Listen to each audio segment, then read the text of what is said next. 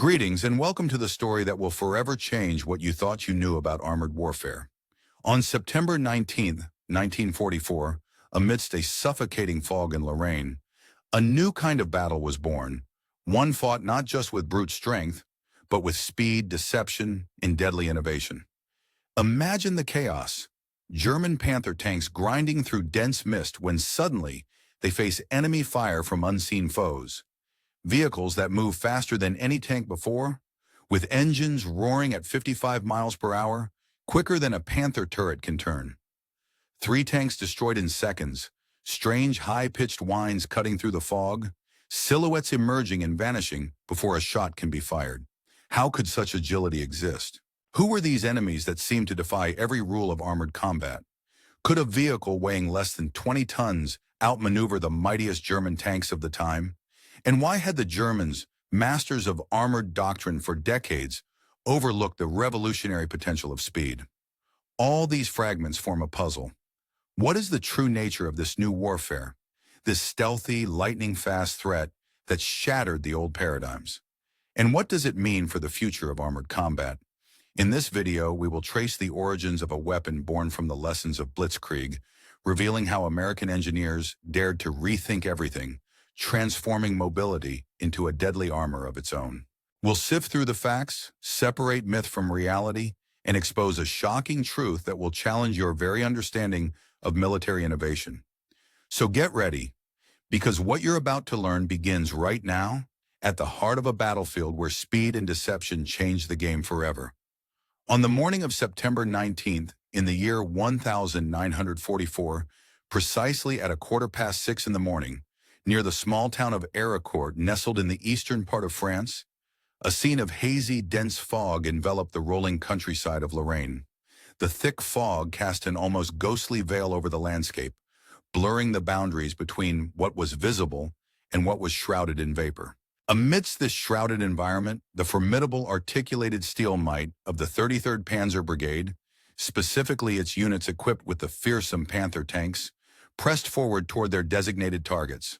The goal was clear, but the atmospheric conditions made progress both challenging and dangerous as visibility was significantly limited. According to the after-action report, meticulously compiled by the officers of the brigade and filed with the headquarters of the 5th Panzer Army, the first contact with enemy forces occurred around 6:20 in the morning, only a few moments after the lead elements of the advancing detachment penetrated the fog's deceptive concealment. The Germans encountered enemy tank destroyers, a term used for a class of armored vehicles specialized for combating tanks, whose exact make and model remained unknown at the time. The enemy's vehicles exhibited remarkable agility, demonstrating an exceptional level of mobility that caught the German crews by surprise. Engaging the German tanks from distances ranging between approximately 400 and 800 meters, the enemy fire and movement were both swift and precise, requiring the German crews to respond with remarkable agility as well. Within just 5 minutes of initiating contact, tragedy struck the Germans. 3 of their Panther tanks were destroyed, eliminated from the fight due to the enemy's effective tactics. As the fog continued to swirl and cloak the battlefield, the German operators manning their tanks heard at first what sounded like an unfamiliar high-pitched whine, akin to the shrill sound of an aircraft's engine in full throttle. This noise was unlike anything they had encountered before, and subtly hinted at a new and terrifying threat. Low, barely visible silhouettes began to emerge from the murky fog, approaching swiftly, firing lightning-fast salvos, then retreating before the Germans could even properly aim their turrets or respond to the threat. Each of these sudden and deadly encounters unfolded in under 20 seconds, leaving little time for the German crews to react effectively, thus heightening the sense of vulnerability and confusion across their ranks. Across the breadth of the battlefield that morning, a commanding contingent of 39 German tanks, all part of the 13th Panzer Brigade and under the strategic leadership of Colonel Erich Fonsendorf, now realized they were confronting a revolutionary new kind of warfare. The Americans had developed a tank destroyer that could reach astonishing speeds of 55 miles per hour, a pace faster than any other tracked armored vehicle that had ever before been built. Up until that point, German doctrine had assumed that all tank destroyers were slow, heavily armored, and essentially static fortress-like entities, such as the notable Jagdpanther. However, the American engineers had designed the M18 Hellcat with an entirely different core philosophy. For the Allies, speed and agility were not merely functional features. They were deliberate ingredients meant to transform the vehicle's operational role. In essence, mobility itself served as a form of armor, making survival dependent on swiftness, and speed proved to be a deadlier weapon than traditional heavy armor. This technological and tactical shift threatened to rewrite the fundamental mathematics of armored combat. For example, a Panther's turret, its primary offensive and defensive mechanism, could take anywhere from roughly 18 to 60 seconds to fully rotate, depending largely on the engine's revolutions per minute, its relational speed determining how quickly it could face a threat. In stark contrast, the Novas of the new American design, particularly the hydraulic-turreted M18 Hellcat, could rotate eastward 180 degrees in only 24 seconds, entirely independent of the vehicle's engine speed. This meant the Hellcat Briggs could target threats or reposition in an instant, making it a terrifying opposition. When moving at 55 miles per hour, the M18 could traverse 400 meters in less time than it took a German Tiger tank's turret, known for its heavy armor and relative sluggishness, just to turn 90 degrees, the approximate angle of a quarter turn. The genesis of this revolutionary vehicle was rooted in visions ignited long before its actual construction. Its beginnings trace back to December of the year 1941, when Lieutenant Colonel Andrew Davis Bruce, a pioneering cavalry officer with profound insights into mobility and swift maneuvering, stood before a confidential military briefing at the War Department. The success of German blitzkrieg tactics, whose rapid, coordinated assaults had demonstrably shattered the traditional notions of warfare, had reverberated through the corridors of military planning, prompting a reassessment of long-standing doctrines. Poland had fallen astonishingly quickly, in a mere 35 days, illustrating the devastating power of mobility and concentrated force. France, despite its massive military presence, they boasted what, on a day, much like any other in late September of the year 1944, a notable and increasingly significant phase of the ongoing Eighth Army campaign in northwestern Europe was unfolding, bringing with it a revelation that would challenge long-standing military doctrines and expectations. German intelligence units, after years of grueling combat and careful observation, receiving reports about new American armored developments, consciously dismissed these notifications as typical because of what they perceived as American naivety in military planning and innovation. To understand the magnitude of this dismissiveness, it's essential to recall the German military's own doctrinal principles, which had been tested and proven time after time on the battlefield. The Wehrmacht had firmly believed that effective tank destroyers, those armored vehicles designated primarily to neutralize enemy tanks, should possess heavy armor capable of withstanding direct hits, paired with powerful, high-velocity guns. Such vehicles, like the renowned 12.8-centimeter guns mounted on the massive, heavily armored Panther tanks, were designed to weigh approximately 46 tons, a physical testament to the German focus on durability and firepower in armored warfare. Meanwhile, the idea that American forces might bombard the battlefield with a comparatively small, lightweight vehicle, one that tipped the scales at just approximately 17.7 short tons, and featured armor with no more than about 25 millimeters of thickness, seems from a strictly military, strategic perspective, utterly nonsensical and overwhelmingly impractical.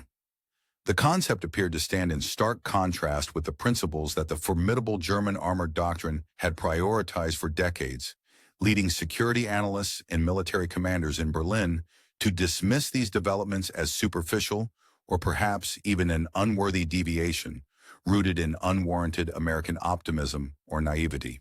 However, as the months progressed, it became painfully evident that such assumptions underestimated the ingenuity and adaptability of the American armed forces, particularly their ability to innovate swiftly to gain tactical advantages on multifaceted battlefields. One pivotal moment in highlighting this shift occurred during the intense fighting around the Italian coastal town of Anzio in late May of year 1944, during the bleak and arduous breakout attempt from the Atlantic Wall defenses. During this time, American units encountered their first M18 armored carriages, or tank destroyers, while engaged in fierce combat. The newly arrived reports from the front lines reflected this startling encounter. The combat logs from the division of General Hermann Göring Panzer, involved in the operation, indicated that they had come face to face with these vehicles for the very first time during their push in central Italy. The official reports included precise details documenting the emerging threat. The division's daily operational report forwarded to the 14th Panzer Corps made note that the enemy employed an entirely new tank destroyer type that they had not previously encountered. According to their assessments, these vehicles possessed a surprising speed, estimated to be somewhere between 70 and 80 kilometers per hour, which was remarkably high for an armored vehicle of such a type during that era. This added a layer of complexity on the battlefield, especially since the American crews operating them managed to destroy two Panzer VS, Bundeswehr's standard German armor solutions, before these vehicles managed to withdraw from the encounter zone. A new avenue of concern arose from the difficulty German units encountered when attempting to mount effective returns of fire. Targets would move swiftly across the battlefield, and the German soldiers' reports conveyed that these vehicles moved in a manner that sharply deviated from what they understood from their recognition manuals. To reduce their profile and enhance the element of surprise, these American tank destroyers exhibited low-slung forms, prowling actor-like across the terrain at surprising speeds. They were unrecognizable as tracked vehicles carrying formidable 76mm guns. Instead, they resembled wheeled reconnaissance cars, darting and racing in ways they associated only with light scouting vehicles. These reports, while initially considered unconfirmed or exaggerated, made their way to Berlin, where they were filed amid the vast labyrinthine archives. The German High Command harbored skepticism, suspecting that even seasoned crews might have overestimated enemy capabilities due to the war's inherent stressful conditions. A natural yet dangerous bias born of combat fatigue and uncertainty. The true gravity of the situation dawned only by September of that year, when the realization of the formidable potential of these American vehicles fully materialized. The scenario unfolded in Lorraine as the formidable advance of the United States Third Army pushed deep into German-held territory, stretching the Wehrmacht's defensive lines to the very brink of collapse. Recognizing the severity of the threat, Adolf Hitler, with characteristic personal involvement, scheduled a counteroffensive aimed at recapturing the city of Nancy and eliminating General George Patton's spearhead, which threatened to cut off essential German supply lines and effectively break apart their front. In assembling this countermeasure, the German military committed its best armor and infantry units, including the newly formed 111th and 113th Panzer Brigades, each equipped almost directly from the factory floor with freshly produced Panther tanks. These forces were expected to stem the tide and restore Devon boundaries.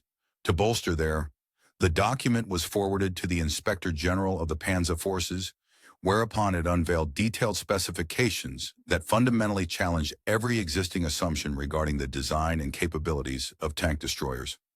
These verified specs offered a fresh perspective on the armor, firepower, and mobility potential of this particular class of armored vehicle. To begin with, the weight of the vehicle was recorded at a mere 17.7 metric tons, a stark contrast to the heavily armored Panther tank, which weighed approximately 44.8 tons. Despite its significantly lighter build, the vehicle demonstrated remarkable performance capabilities, such as reaching a maximum speed of approximately 88.5 kilometers per hour during testing on a dedicated track, a figure that was confirmed through rigorous testing procedures. Notably, the Panther tank's top speed was only around 46 kilometers per hour, underscoring the lighter vehicle's superior mobility. The powertrain of this versatile machine was equipped with an Wright R975C4 radial engine, which produced roughly 400 horsepower in its later production models.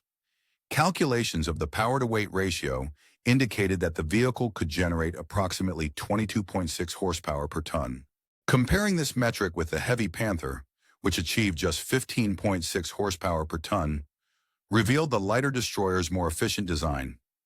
Other comparable models, such as the Tiger, using a Fu-based powertrain, fared even worse, averaging about 12.8 horsepower per ton. One of the most notable operational features included its turret traverse capability. Thanks to hydraulic power assistance, the turret could rotate a full 360 degrees in nearly 24 seconds, underlining excellent maneuverability during combat scenarios. This rapid rotation was especially important for tracking swiftly moving targets or shifting fire zones seamlessly. Armor protection on this vehicle was deliberately minimal to facilitate its mobility, with maximum armor thickness rear and forward on the turret reaching just 25 millimeters, and the hull's sides offering only 13 millimeters. Its primary armaments comprised a 56 caliber, 56 millimeter M18 or A2 gun, delivering adequate firepower for its role, mounted in a turret that could rotate quickly and efficiently owing to the hydraulic system. The transmission was of the Torque-O-Matic automatic variety, designed for 3 forward speeds, eliminating traditional manual clutch procedures and allowing the crew to focus solely on operational maneuvers and tactical decisions. The cohesion of engine, transmission, and mobility brought about a vehicle that could, thanks to its lightweight frame and advanced design philosophy, achieve performance levels previously considered unattainable. A German analysis of the vehicle's broader operational characteristics concluded that its impressive performance stemmed exclusively from an extreme innovative design approach. Armor protection was sacrificed in favor of unparalleled mobility and speed. Its aircraft-type radial engine, air-cooled and radial, served both for engine power and reliability. The automatic transmission further enhanced its handling because it eliminated clutching fatigue, enabling the driver to dedicate all attention to active maneuvering in combat. The effectiveness of this vehicle was heavily reliant on mobility and well-trained crew members, with combat analysts noting that the mathematical advantages of the M18, its speed, agility, and quick repositioning, were indisputable and strategically crucial in modern mounted warfare. In terms of turret traverse capabilities across comparable German tanks, performance varied significantly depending on engine RPM. For instance, the Tiger model could achieve a turret rotation speed ranging from roughly 6 to 19 degrees per second, with the full rotation taking between 60 to 19 seconds, depending on engine RPM. The Panther, particularly in early models, was limited to about 6 degrees per second, requiring as long as 60 seconds for a complete 360-degree turn. However, later Panther variants, operating at approximately 2,000 RPM, achieved up to 19 degrees per second, reducing full rotation time to about 19 seconds. The Tiger II, a subsequent model, could turn its turret even faster, up to 24 degrees per second, requiring just 15 seconds to complete a full rotation. In contrast, the M18's turret was hydraulically powered and maintained a consistent rotation speed of 15 degrees per second, regardless of engine RPM variations. This steadiness was deemed especially critical when engaging multiple enemy targets or tracking fast-moving opponents, as it enabled the vehicle to respond swiftly and accurately without delay caused by engine discrepancies. Regarding maximum speeds, the M18 could attain around 55 miles per hour, approximately 88 kilometers per hour, and cover 100 meters in merely 16 seconds. It could bolt across distances of up to 800 meters in 33 seconds and traverse a 1,000-meter battlefield kill zone within 41 seconds. Meanwhile, the Panther required roughly 30 to 60 seconds just to execute a 90-degree turret turn while engaging a moving target over various velocities, which clearly showcased the tactical disadvantages of slower turret mobility. The employment of the M18 radically transformed American anti-tank tactics during the war. Its preferred method focused on what became known as the shoot-and-scoot approach, as outlined in the training manuals of units such as the 404th Tank Destroyer Battalion, which revision after the Battle of Iraq. In conditions obscured by fog, the high-speed repositioning maneuvers executed by the American M18 tank destroyers created a deceptive impression of a larger, more formidable defensive force facing the enemy. Their ability to rapidly relocate between firing positions proved to be a crucial tactical advantage, confounding the German tanks' attempts to target them accurately. Throughout the engagements, reports confirmed that a total of 24 enemy tanks had been destroyed by these agile units, with a single vehicle lost to enemy artillery fire. The tactical approach employed by the Hellcats, the nickname affectionately given to the M18S, was remarkably straightforward yet consistently effective. Their commanders would typically open fire with 2 or 3 rounds from their potent guns, unleash a quick burst of destruction, and then immediately retreat at full throttle into the fog-shrouded landscape. This rapid withdrawal was so swift that by the time German tanks swung their turrets around to identify the muzzle flashes and target the firing positions, the American vehicles had already relocated approximately 200 to 300 yards away, attacking from a completely different angle and thus evading counterfire. The War Diary of the 2nd Panzer Division recorded an incident at Noville, an area where intense resistance was encountered. It documented that the enemy's high-mobility armored vehicles operated within the fog, demonstrating remarkable agility but unable to be effectively engaged due to their rapid, unpredictable movements. The German command was compelled to suspend their offensive, temporarily pending reinforcements, a delay that proved to be strategically pivotal. Over the next 48 hours, this pause enabled the formidable 76th Airborne Division to bolster the defenses surrounding Bastogne, ultimately securing the vital crossroads that were crucial for the ongoing campaign. By the waning months of November in the year 1944, German Wehrmacht tacticians found themselves in a frantic effort to develop countermeasures against the M18 threat. High Command under the leadership of General Hasso von Manteuffel issued detailed tactical guidance to the 5th Panzer Army. Their reports corroborated the existence of fully confirmed enemy M18 tank destroyers, which could reach speeds exceeding 80 kilometers per hour on roads and over 40 kilometers per hour across rugged terrain. The soldiers were advised to adapt their warfare strategies vividly because standard engagement protocols were no longer sufficient. Specifically, the Germans were instructed not to attempt tracking these fast-moving targets solely through turret traversal while they were in motion. Instead, they were told to pre-position their tanks' turrets along likely displacement routes, prepare infantry units equipped with Panzerfaust to flank the Americans, and utilize artillery to suppress predicted enemy positions. Furthermore, pursuit tactics were to be avoided, recognizing that the M18s always had a significant speed advantage and could simply outrun the pursuing German vehicles before they could establish effective fire or maneuvering positions. However, these tactical modifications, though well-conceived conceptually, largely proved ineffective in practice. The sheer velocity of the M18s, combined with their crew's proficiency and the emphasis on rapid, responsive gunnery during training, meant that German tactics often failed to compensate for vehicle speed and combat doctrine that prioritized deliberate accuracy over rapid response. Production of the M18 began at the Buick Motor Division, which manufactured a total of 257 tank destroyers between July 1943 and October 1944. At the peak of production, specifically during November of the same year, a record 167 units were completed in a single month, reflecting the high demand and industrial capacity. Originally, the U.S. War Department contracted for nearly 9,886 vehicles, an enormous order reflecting the vital importance allocated to this mainstay tank destroyer. However, as the conflict progressed and doctrines evolved, this number was reduced considerably as the strategic emphasis shifted away from mass deployment of such vehicles.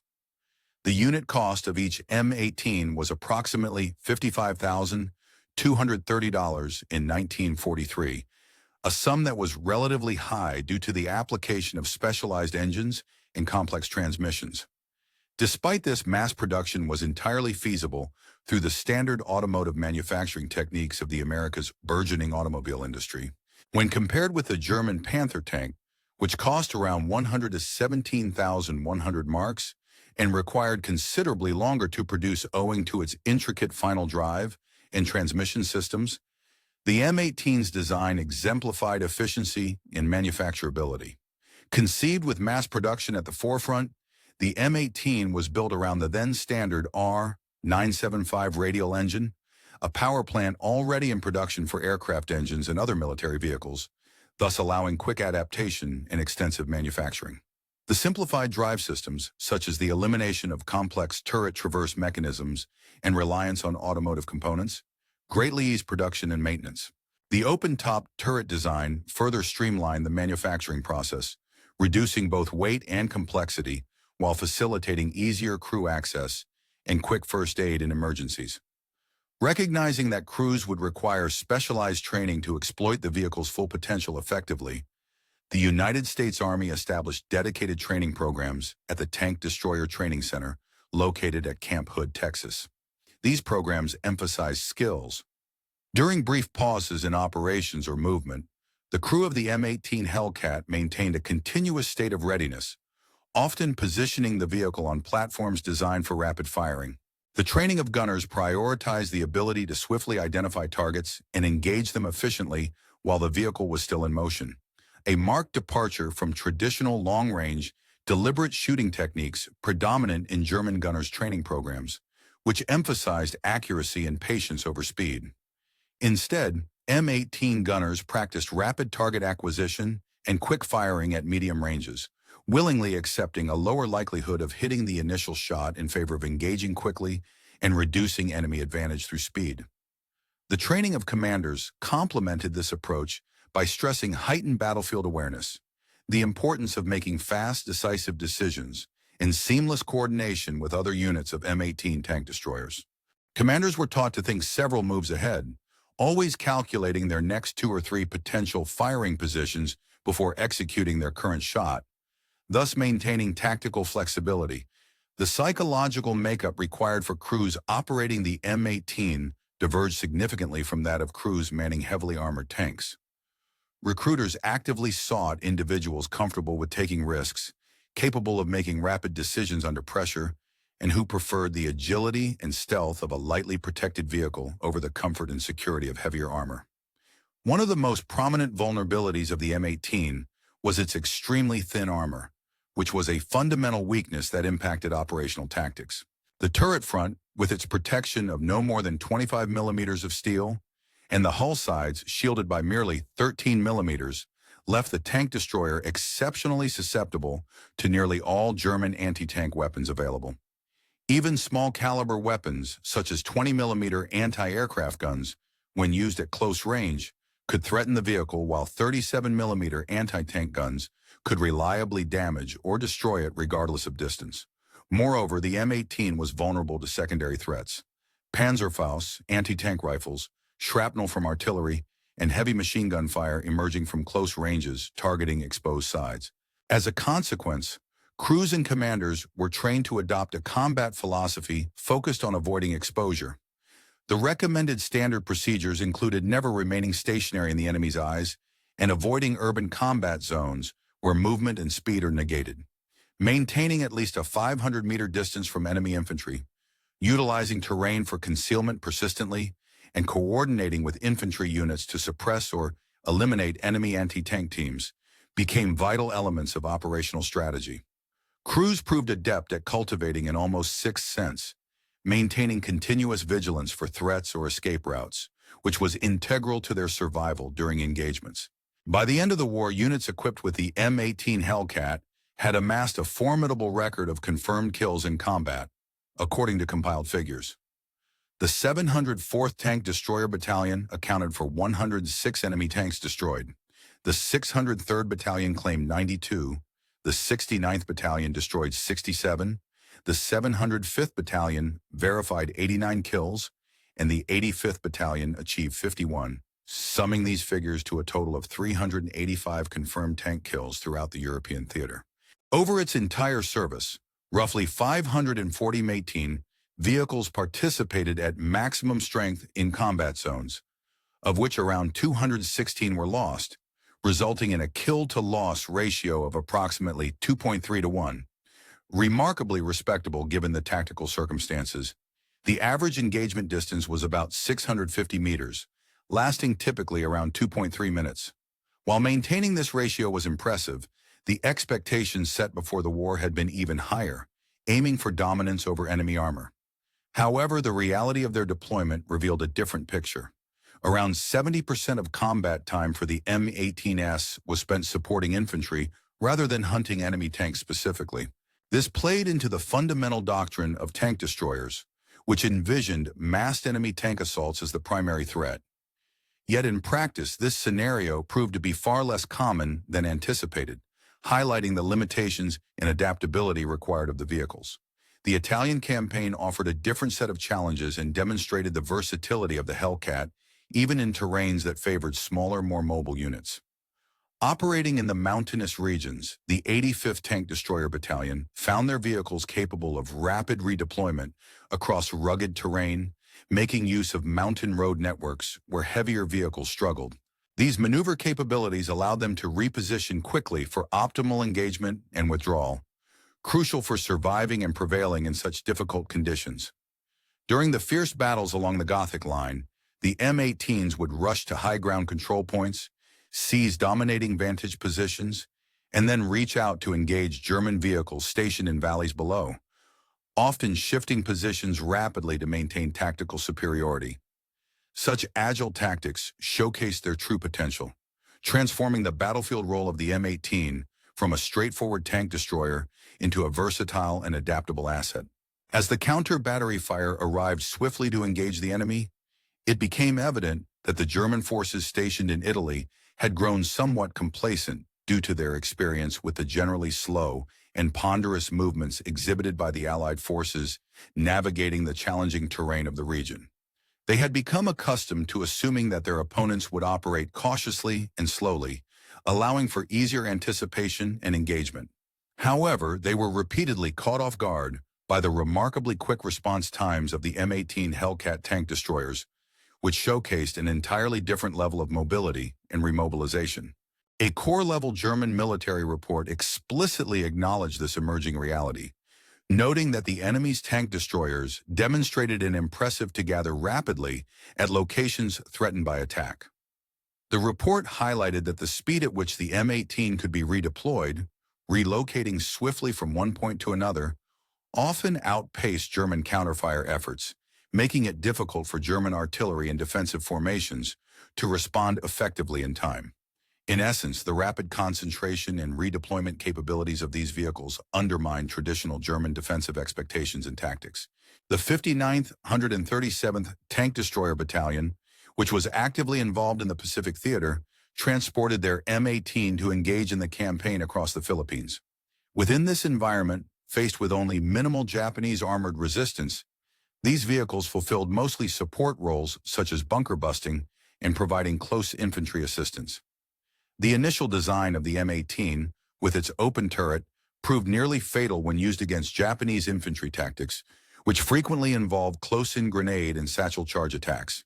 In response to these threats, crews famously welded improvised overhead covers and added chicken wire screens around the turret to better defend themselves against errant grenades and explosive charges, highlighting the ever-present need for improvisation in combat situations. The speed of the M18 allowed for rapid response to Japanese infiltration attempts, a critical factor in such jungle warfare. However, the dense and uneven terrain of the Pacific Islands often nullified the vehicle's inherent mobility advantages, complicating its operational effectiveness. Despite these limitations, the M18 incorporated a number of revolutionary features that set it apart from earlier designs and contributed significantly to its battlefield success. One of these innovations was the Torque-O-Matic transmission, a fully automatic transmission developed by General Motors, designed to eliminate the need for manual clutching and gear shifting. With 3 forward speeds that shifted automatically depending on the vehicle's speed and the load it carried, this transmission system allowed drivers to focus entirely on maneuvering without being distracted by the need to manually select gears, a critical advantage when maintaining high speeds in combat or complex terrains. The chassis featured a torsion bar suspension system that provided an impressive 14 inches of wheel travel.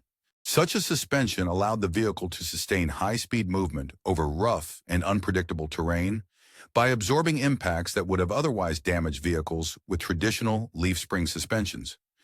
Powering the M18 was the R975 radial engine, a 9-cylinder, air-cooled aircraft engine renowned for its excellent power-to-weight ratio. Early models, designated as the C1, produced approximately 350 horsepower, while later versions, known as C4, could generate up to 400 horsepower. This air-cooled system eliminated the vulnerable radiators and coolant systems found on liquid-cooled engines, making the power plant more durable and easier to maintain in diverse combat environments. The turret featured hydraulic traverse powered by an electric motor that drove a hydraulic pump, providing a smooth and consistent rate of rotation, fast at about 15 degrees per second, regardless of engine speed or the vehicle's movement. This was a vital technological advantage over some German manual traverse systems, which often suffered from sluggish response times or mechanical inefficiencies in tense combat situations.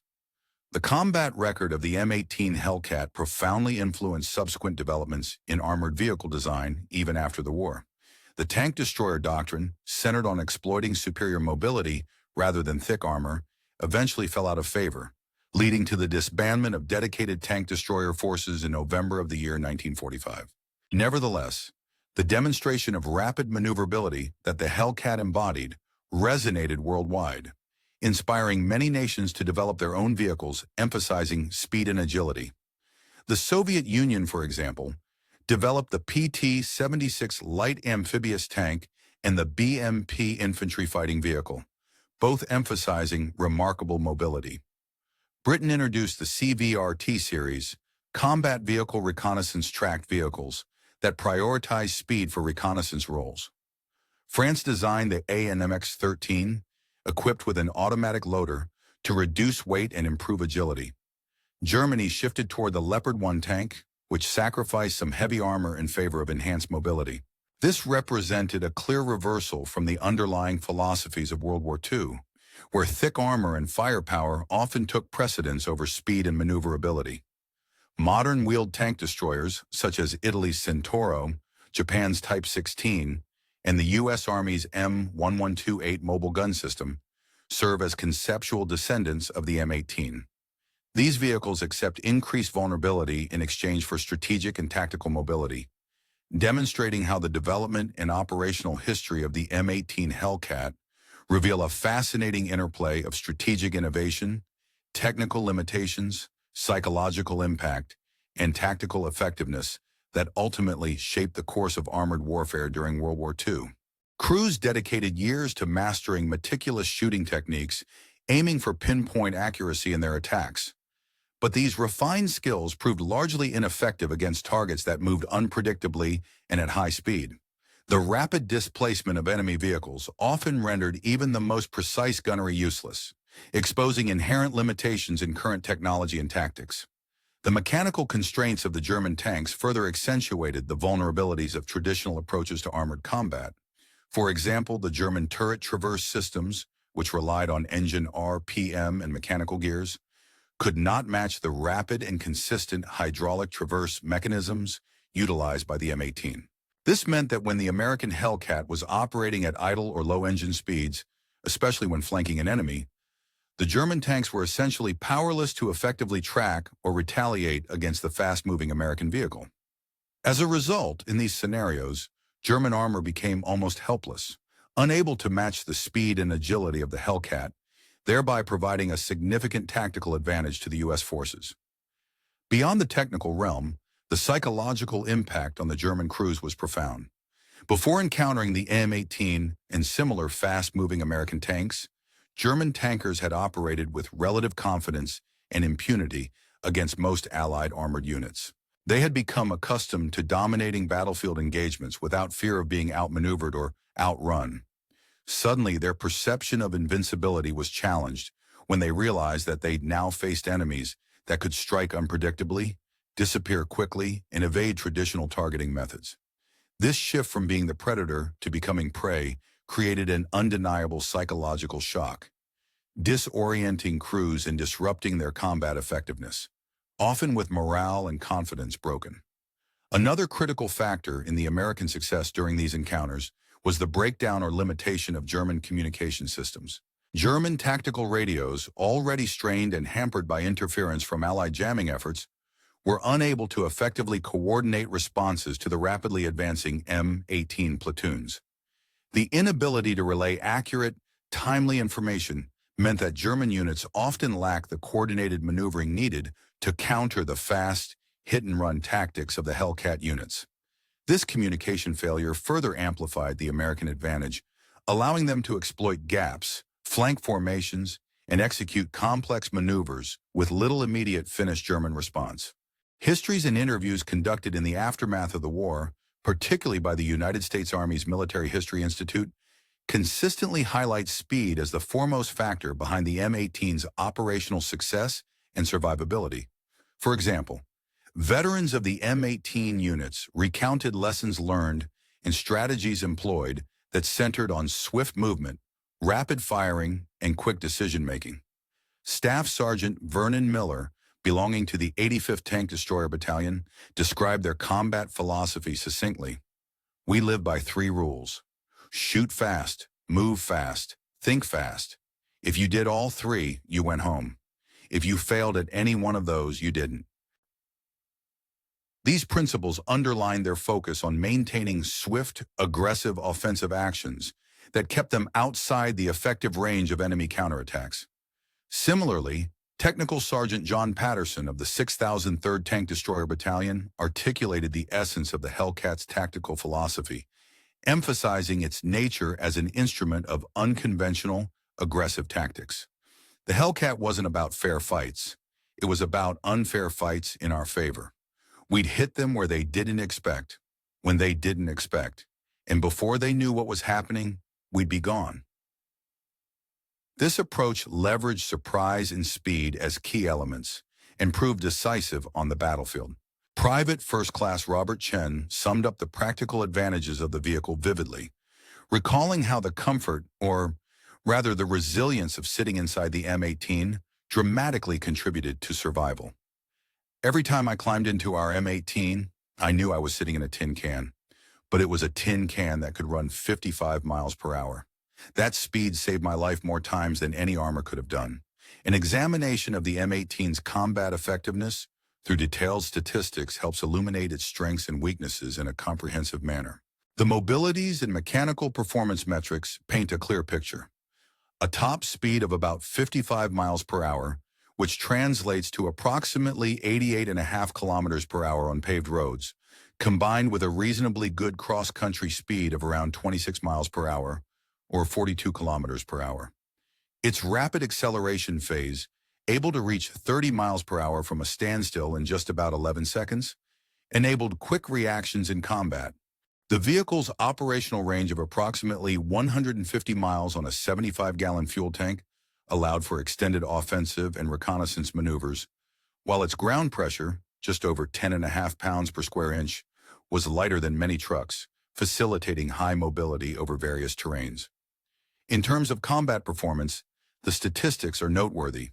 Each vehicle, on average, destroyed roughly 2.4 enemy tanks, demonstrating the M18 Hellcat stands out as one of the most revolutionary combat vehicles ever developed, a true testament to American ingenuity and industrial prowess during times of conflict. Born from a unique combination of cutting-edge technological ability and a willingness to challenge conventional military doctrines, this tank destroyer fundamentally altered the very way armored warfare was understood and conducted. In essence, it germinated a paradigm shift that redefined success on the battlefield, influencing not only American military thinking, but also posing a significant challenge to traditional European armored warfare models. Historically, German tank crews trained their entire lives to rely on the might of heavy armor and destructive firepower, believing these qualities were the ultimate measures of combat superiority. For them, battles were often determined by sheer strength, with heavily armed tanks and robust armor constantly seeking to dominate enemy forces. Yet when faced with the swift, innovative American machine known as the Hellcat, they discovered that agility and speed could defeat even the most formidable defensive capabilities. Indeed, the Hellcat's remarkable top speed of approximately 55 miles per hour was more than just a technical feature. It embodied a new approach to warfare, one where rapid mobility created an entirely different set of tactical considerations. This tremendous speed, which translated into rapid maneuverability, was not easily integrated into the established German doctrines, which prioritized fortress-like protection and overwhelming firepower. The very core assumptions about armored combat, namely that tanks needed to move slowly but withstand fierce enemy hits, were challenged by the American innovation.